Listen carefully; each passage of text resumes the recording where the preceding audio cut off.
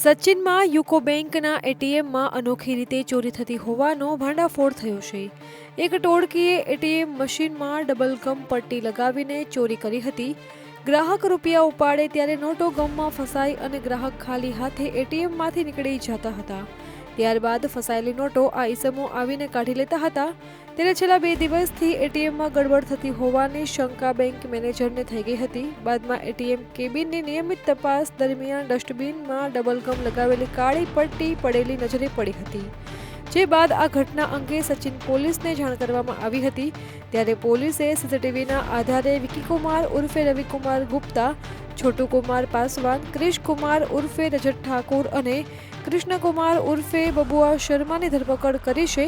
આ સાથે જ પોલીસે આરોપીઓ પાસેથી 30,000 જેટલી રોકડ રકમ પણ જપ્ત કરી છે।